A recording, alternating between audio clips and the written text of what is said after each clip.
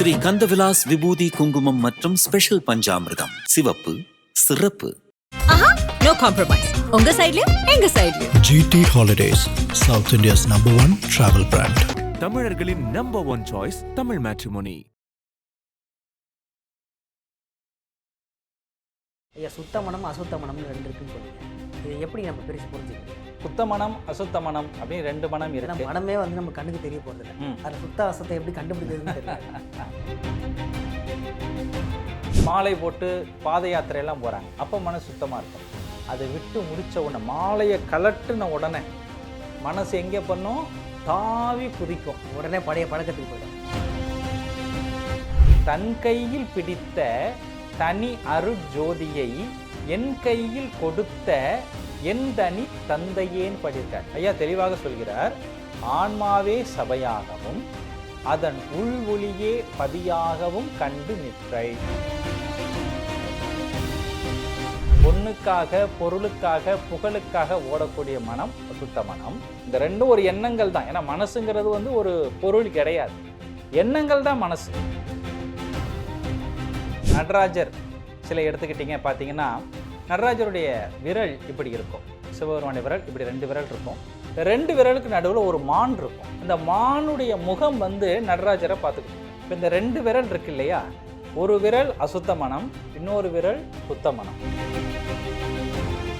சாப்பாடு போடும்போதே முதல்ல ஆண்களுக்கு போடுவாங்க, அப்புறம் பெண்களுக்கு போடுவாங்க. இங்கே தர்மத்திலேயே நான் என்ன பண்ணேன், நீங்கள் பசியோடு இருந்தீங்க, உங்களுக்கு உணவு கொடுத்தேன், உங்களுடைய உயிர் புத்துணர்வு பெற்றது. அப்போ உங்களுக்குள்ள ஒரு இறைவன் இருக்கான் இல்லையா, நான் உங்களை பார்க்குறேன் இல்லையா, அந்த இறைவன் என்னை ஆசீர்வதிப்பான். இதுதான் கடவுள் வழிபாடு. பக்தி நேயர்களுக்கு வணக்கம். அருட்பெரும் ஜோதி என்ற சீரியஸ் வழியாக வள்ளலார் சம்பந்தப்பட்ட நிறைய நுட்பமான ஆழமான தகவல்களை நம்ம கூட டீப்பாக தெரிஞ்சுக்கிறதுக்காக புரிய வைக்கிறதுக்காக காஞ்சிபுரம் செந்தில்குமார் ஐயா இருக்கார். வணக்கம் ஐயா. வணக்கம். நலமா இருக்கீங்களா? நலமாக இருக்கிறேன். எந்தெந்த வழிபாடு இறைவன் வழிபாடுன்ற கரெக்டாக வகுத்து கூறாரு. அசுத்த வழிபாடு சுத்த வழிபாடு சொல்லி எது வகுத்து கூறாரு ஐயா? இது ஒன்றும் ஒளி தேகம் அப்படிங்கிறதுக்கு நம்ம பொதுவாக எடுத்துக்கொள்ளுடைய அர்த்தம் எப்படி எடுத்துக்கிறாங்கன்னா, ஐயா வந்து மேட்டுக்குப்பம் சித்தி வளாகத்தில் கடைசியாக திருக்காப்பிட்டு கொண்டார், அதன் பிறகு ஜோதியாகி விட்டார். வரலாறு எழுதுகிறவர்கள் இப்படித்தான் எழுதுகிறார்கள். ஆனால் ஒளி தேகம் என்பதை பெருமானார் ஒளிந்து கொள்ளக்கூடிய தேகம் அப்படிங்கிற பொருளை தான் எடுத்து கொடுக்கிறார். ஒளிந்து கொள்ளக்கூடிய தேகம் அப்படின்னா, இப்போ நம்ம சின்ன வயசில் கண்ணாமூச்சிலாம் விளையாண்டுருப்போம், ஓடி பிடிச்சி விளையாடுவோம், ஓடி போய் ஒளிஞ்சுக்கிடுவோம், நம்ம அங்கே தான் இருப்போம், ஆனால் அவங்களால கண்டுபிடிக்க முடியாது.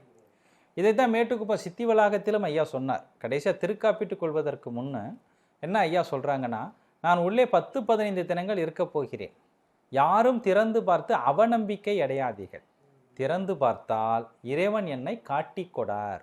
அதாவது என்னென்னா, நான் உள்ளதான்ப்பா இருப்பேன், நீங்கள் திறந்து பார்த்தீங்கன்னா இறைவனே காட்டி கொடுக்க மாட்டான். அப்போ ஐயா இங்கே தான் இருப்பார், நம்ம கண்களுக்கு ஐயா தெரிய மாட்டார். இதை வந்து 74லேனே கிடையாது, ஐயா 70களிலே அடைஞ்சிடுறார். 1870 வடலூர் தர்மசாலையில் ஐயா இருக்கார், திடீர்னு காணாமல் போயிடுவார். சில மாதங்கள் ஐயா எங்கே இருக்காருன்னே தெரியாது, திடீர்னு ஒரு நாள் காட்சி கொடுப்பார். அப்போ இது வந்து ஒளிந்து கொள்ளக்கூடிய தேகம், அதாவது தன்னை மறைத்து கொள்ளக்கூடிய தேகம். இதை வந்து நம்ம தீபத்தோடையோ ஜோதியோடையோ ஒப்பிடக்கூடாது. அது இவங்க சொல்கிறவங்க என்ன சொல்கிறாங்கன்னா, அருட்ஜோதி ஆனேன் என்று அரையப்பா முரசு அப்படிங்கிற பாடல் எடுத்து சொல்கிறாங்க. அருட்ஜோதிங்கிறத வந்து ஐயா வந்து ஆற்றல் சக்தி அப்படிங்கிற மீனிங்கில் தான் பயன்படுத்துகிறார். அருட்பெருஞ்சோதி என்பது வேறு, அருட்ஜோதி என்பது வேறு. ஓஹோ. தன் கையில் பிடித்த தனி அருட்ஜோதியை என் கையில் கொடுத்த என் தனி தந்தையேன்னு பாடியிருக்கார். இறைவன் கையில் அருட்ஜோதி இருந்துதான், தன் கையில் பிடித்த தனி அருட்ஜோதியை என் கையில் கொடுத்த என் தனி தந்தையே. அப்போ தந்தையே தான் இறைவன், அவன் கையில் அருட்சக்தி இருந்தது, அதான் அருட்ஜோதி. அதை பெருமானாரிடம் கொடுத்தார். இப்போ அருட்ஜோதி ஆனேன் அரையப்பா முரசுனா, அந்த அருட்ஜோதி ஆற்றல் எனக்கு கிடைச்சதுன்னு அர்த்தம். ஐயா அந்த அருட்ஜோதி ஆயிடலை, அருட்ஜோதி ஆயிடலை. அது பாடலையும் சொல்கிறார். அவர் பாடல் என்ன சொல்றாருன்னா, அருட்ஜோதி தெய்வம் என்னை ஆண்டு கொண்ட தெய்வம் அப்படின்னு ஐயா பாடுறார். அருட்ஜோதி தெய்வம்னா அருட்ஜோதியை வைத்திருக்கக்கூடிய தெய்வம், இல்லைன்னா தெய்வங்கிற வார்த்தையை பயன்படுத்தின அவசியம் இல்லை. அருட்ஜோதி என்னை ஆண்டு கொண்டதுன்னு பாடலாம். அருட்ஜோதி தெய்வம் என்னை ஆண்டு கொண்ட தெய்வம் அப்படின்னு ஐயா பாடுறார். அப்போது சுத்த சன்மார்க்கத்தில் வழிபாடு, இந்த வழிபாடை பெருமானார் நடத்தினார். இப்போ நீங்கள் கேட்ட கேள்வி, ஜீவகாருண்யமே கடவுள் வழிபாடு அப்படின்னு ஐயா சொல்லியிருக்கிறார். இதுவும் 100% உண்மை. இதற்கு என்ன பொருள் அப்படின்னு கேட்டிங்கன்னா, எல்லார் உடம்புக்குள்ளும் இறைவன் இருக்கிறான். ஐயா தெளிவாக சொல்கிறார், ஆன்மாவே சபையாகவும் அதன் உள் ஒளியே பதியாகவும் கண்டு நிற்றல் அப்படின்னு எதில் கொடுக்குறாருன்னா ஆன்ம ஒழுக்கத்தில் கொடுக்கிறார். ஐயா 4 ஒழுக்கங்களை வகுத்தார். இந்திரிய ஒழுக்கம், கரண ஒழுக்கம், ஜீவ ஒழுக்கம், ஆன்ம ஒழுக்கம். ஆன்ம ஒழுக்கத்தில் கொடுக்கும்பொழுது ஐயா அதை சொல்கிறார், எல்லா உயிர்களிடத்தும் 84 லட்சம் யோனி பேதங்களிடத்தும் மனமிறங்கி ஆன்மாவே சபையாகவும் அதன் உள்ளொளியே பதியாகவும் சொல்கிறார். இப்போ உங்கள் தேகத்திற்குள்ளேயும் ஏன் தேகத்திற்குள்ளும் இறைவன் உண்டு. இங்கே புருவ மத்தியில் ஆன்மா இருக்கிறது, அந்த ஆன்மாவிற்குள் இறைவன் உண்டு. சரிங்களா? இது மாற்று கருத்தே கிடையாது. அப்போது இப்போ நான் இருக்கிறேன், நீங்கள் பசியோடு வர்றீங்க, ஐயா எனக்கு பசிக்குது, ஏதாவது சாப்பாடு கொடுங்க அப்படின்னு கேட்குறீங்க. நான் என்ன பண்ணுறேன், உங்களுக்கு சாப்பாடு கொடுக்குறேன். சாப்பாடு கொடுத்துட்டு நான் இங்கேருந்து போகிறது கிடையாது. சாப்பாடு கொடுக்கும் பொழுது உங்களை உட்கார வச்சு சாப்பாடு போடுறேன், பரிமாறணும். ஆமாம், நீங்கள் பரிமாறுறோம். நீங்கள் சாப்பிடும் பொழுது சாப்பிட்டு முடித்த பின்பு இது வரைக்கும் பசினால் இருந்தீங்க இல்லையா, இப்போ உங்களுடைய தத்துவங்கள் எல்லாம் சோர்ந்து போயிருக்கும். நீங்கள் சாப்பிட்ட உடனே அந்த எனர்ஜி ஆற்றல் உங்களுக்கு கிடைக்கும். உங்கள் உடல் புத்துணர்ச்சி பெறும். உங்களுடைய தத்துவங்கள் அனைத்தும் தலைக்கும். அப்போது நான் என்ன பண்ணேன், நீங்கள் பசியோடு இருந்தீங்க, உங்களுக்கு உணவு கொடுத்தேன், உங்களுடைய உயிர் புத்துணர்வு பெற்றது. அப்போ உங்களுக்குள்ள ஒரு இறைவன் இருக்கான் இல்லையா, நான் உங்களை பார்க்குறேன் இல்லையா, அந்த இறைவன் என்னை ஆசீர்வதிப்பான். இதுதான் கடவுள் வழிபாடு. ஆமாம், இப்போ நான் உங்களுக்கு கொடுத்தேன், உங்களுக்குள்ள கடவுள் இருக்கிறார். நான் சாப்பாடு கொடுத்ததால் உங்கள் உடல் மலர்ச்சி பெற்றது. இல்லைன்னா உயிரே போகும். நான் பசி இருந்தால் உயிரே போயிடும். அப்போது நான் என்ன பண்ணேன், உயிரை காப்பாற்றினேன். உயிரை காப்பாற்றியதால் உள்ளே இருந்த கடவுளை நான் வழிபாடு செய்கிறேன். நான் கொடுத்த உணவால் உங்கள் உடம்புக்குள்ள இருக்கிற கடவுளுடைய அருள் எனக்கு கிடைக்கிறது. அப்போ கொடுக்குற ஆளை பார்க்காதீங்க, யார் வாங்குறதுன்னு பாருங்கன்ற. அதனால தான் ஐயா என்ன சொல்வார்னா, ஜீவகாருண்யம் அப்படின்னு வருகின்ற பொழுது எந்த விதமான பேதங்களும் கிடையாது. ஆண் பெண் பேதம், ஏன்னா அப்படியெல்லாம் கூட பேதங்கள் பார்த்துருக்குறாங்க. இப்போ சாப்பாடு போடும்போதே முதல்ல ஆண்களுக்கு போடுவாங்க, அப்புறம் பெண்களுக்கு போடுவாங்க. இங்கே தர்மத்திலேயே ஒரு காலத்தில் இருந்தது, இப்போ அது இல்லை. ஒரு காலத்தில் நடைமுறையில் இருந்தது. ஜீவானிய ஒழுக்கத்திலே அதை என்ன சொல்கிறாருன்னா ஐயா, அது தப்புங்கிறார். ஜீவானிய ஒழுக்கத்திலே ஆண் பெண்ணுன்னு பிரித்து பார்த்தலாம் தர்மம் பண்ணக்கூடாது அப்படின்னு சொல்கிறார். இப்போ ஜீவகாருண்யமே கடவுள் வழிபாடுனா, ஒரு உணவு கொடுப்பதின் வாயிலாக எந்த உயிர் மலர்ச்சி பெறுகிறதோ அந்த தேகத்திற்குள் இருக்கக்கூடிய கடவுளை நான் வழிபாடு செய்கிறேன்.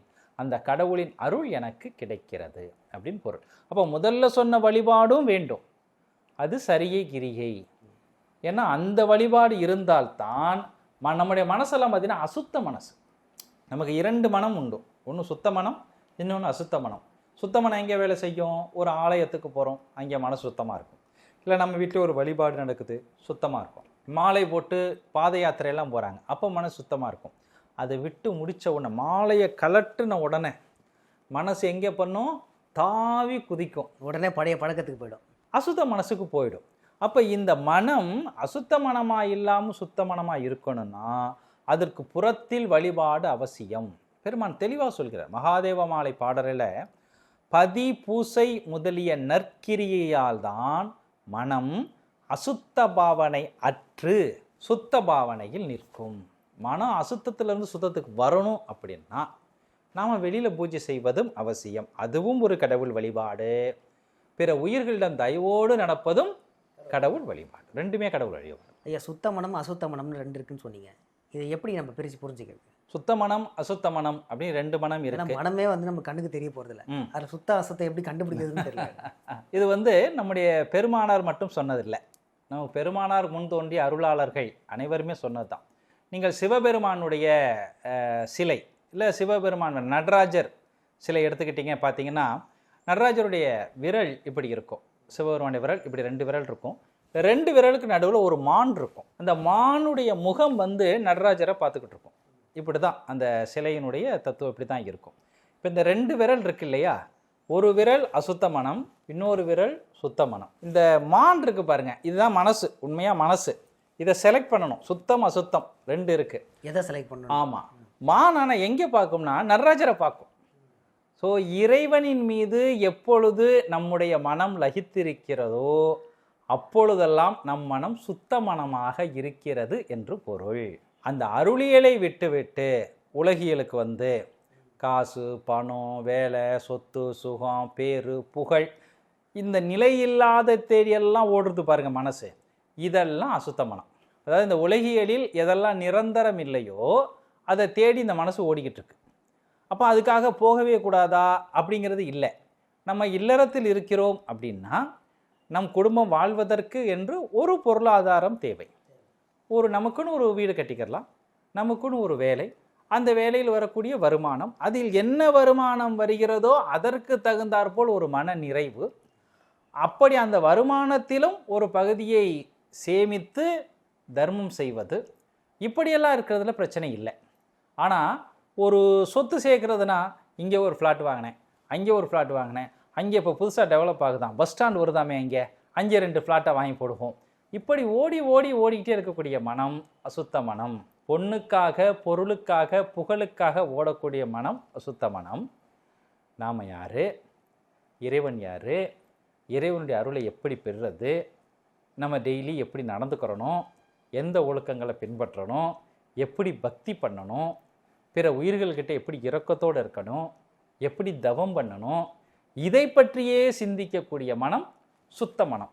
ஆனால் இந்த ரெண்டுமே இருக்கும், ரெண்டுக்கும் நடுவில் மனசு இருக்கும். இந்த ரெண்டும் ஒரு எண்ணங்கள் தான். ஏன்னா மனசுங்கிறது வந்து ஒரு பொருள் கிடையாது, எண்ணங்கள் தான் மனசு.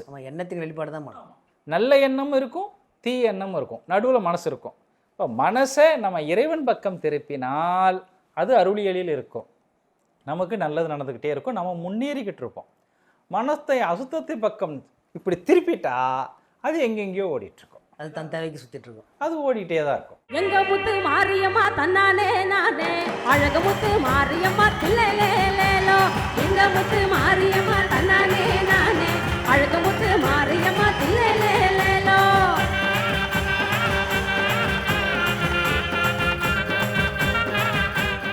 ஸ்ரீ கந்தவிலாஸ் விபூதி குங்குமம் மற்றும் ஸ்பெஷல் பஞ்சாமிர்தம். சிவப்பு, சிறப்பு. No compromise. உங்க சைடுலயும் எங்க சைடுலயும். GT Holidays, South India's #1 travel brand. தமிழர்களின் நம்பர் 1 சாய்ஸ் தமிழ் மேட்ரிமோனி.